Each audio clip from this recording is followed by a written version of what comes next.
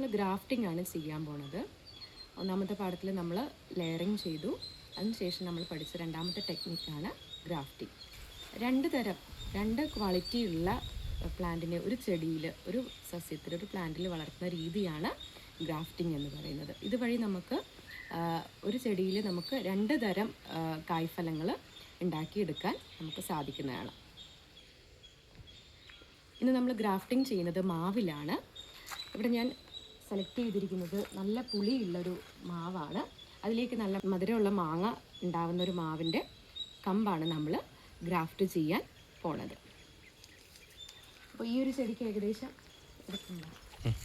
ഈ ഒരു ചെടിക്ക് ഏകദേശം ഒരു 10 മാസം മുതൽ 1 വർഷം വരെ പ്രായം ഉണ്ടാവും. അപ്പോൾ അങ്ങനെയുള്ള ചെടിയാണ് നമ്മൾ ഗ്രാഫ്റ്റിങ്ങിന് വേണ്ടി സെലക്ട് ചെയ്യുന്നത്.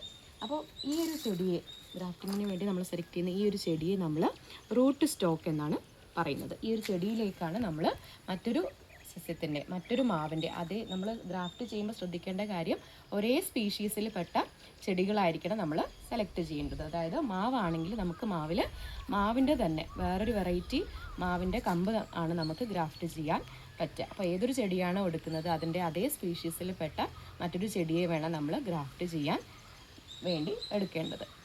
അപ്പോൾ ഈ ഒരു ചെടിയിൽ നമ്മൾ ഗ്രാഫ്റ്റ് ചെയ്യാൻ, ഇതിനെ നമ്മൾ റൂട്ട് സ്റ്റോക്ക് എന്നും, ഗ്രാഫ്റ്റ് ചെയ്യാൻ വേണ്ടി എടുക്കുന്ന നമ്മൾ ഈ ഒരു കമ്പനി നമ്മൾ സയൺ എന്നാണ് വിശേഷിപ്പിക്കുന്നത്.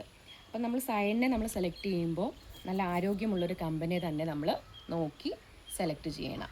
പാകമായ സസ്യമായിരിക്കണം, അതിൻ്റെ middle of the life span ആയിരിക്കണം, ഏർലി ലൈഫ് സ്പാനും ആവരുത്, എൻഡ് ഓഫ് ദ ലൈഫ് സ്പാനും ആവരുത്. പാകമായ നല്ല ആരോഗ്യമുള്ള കമ്പനിയെ നമ്മൾ സയനായിട്ട് സെലക്ട് ചെയ്യുന്നു. സെലക്ട് ചെയ്തതിന് ശേഷം ഇതിൻ്റെ അഗ്രഭാഗത്ത് നമ്മൾ ഈ ഒരു ഷേപ്പിൽ നമ്മൾ വെട്ടി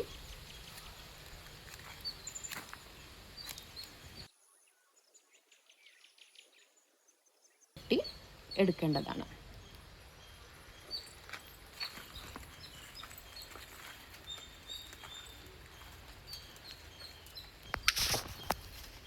ഗ്രാഫ്റ്റ് ചെയ്യുമ്പോൾ നമ്മൾ ശ്രദ്ധിക്കേണ്ട കാര്യം, ഈ നമ്മൾ എടുക്കുന്ന സൈഡിൻ്റെ ഏകദേശം അതേ വിടുത്തുള്ള ഒരു കമ്പ്, അതേ ഒരു ലൈഫ് സ്പാനുള്ള ഒരു കമ്പിനെ നമ്മൾ സെലക്ട് ചെയ്യേണ്ടതാണ്.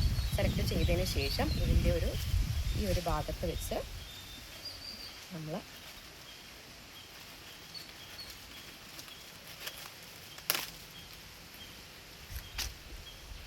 ഇതിനെ കട്ട് ചെയ്ത് മാറ്റിയതിന് ശേഷം ഈ ഒരു ഭാഗത്താണ് നമ്മൾ ഈ ഒരു കമ്പ് ഗ്രാഫ്റ്റ് ചെയ്ത് വെക്കാൻ വേണ്ടി പോണത്.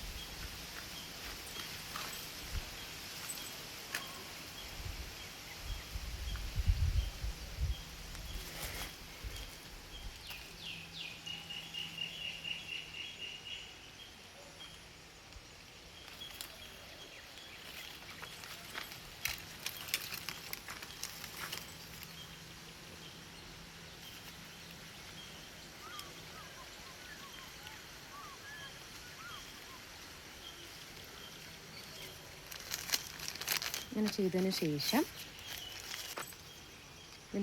ഈ ഒരു ഭാഗം നമ്മൾ ഒരു പ്ലാസ്റ്റിക് കവറിങ് കൊടുക്കേണ്ടതാണ്. നന്നായി വരിഞ്ഞ് മുറുക്കി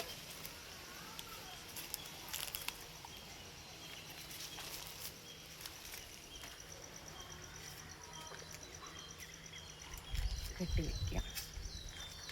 ഒരുപാട് സൂര്യപ്രകാശം തട്ടാതെയും നല്ല കാറ്റിലും പെടാതെയും ഈ ഒരു കമ്പിനെ നമ്മൾ സംരക്ഷിച്ച് നിർത്തേണ്ടതാണ്.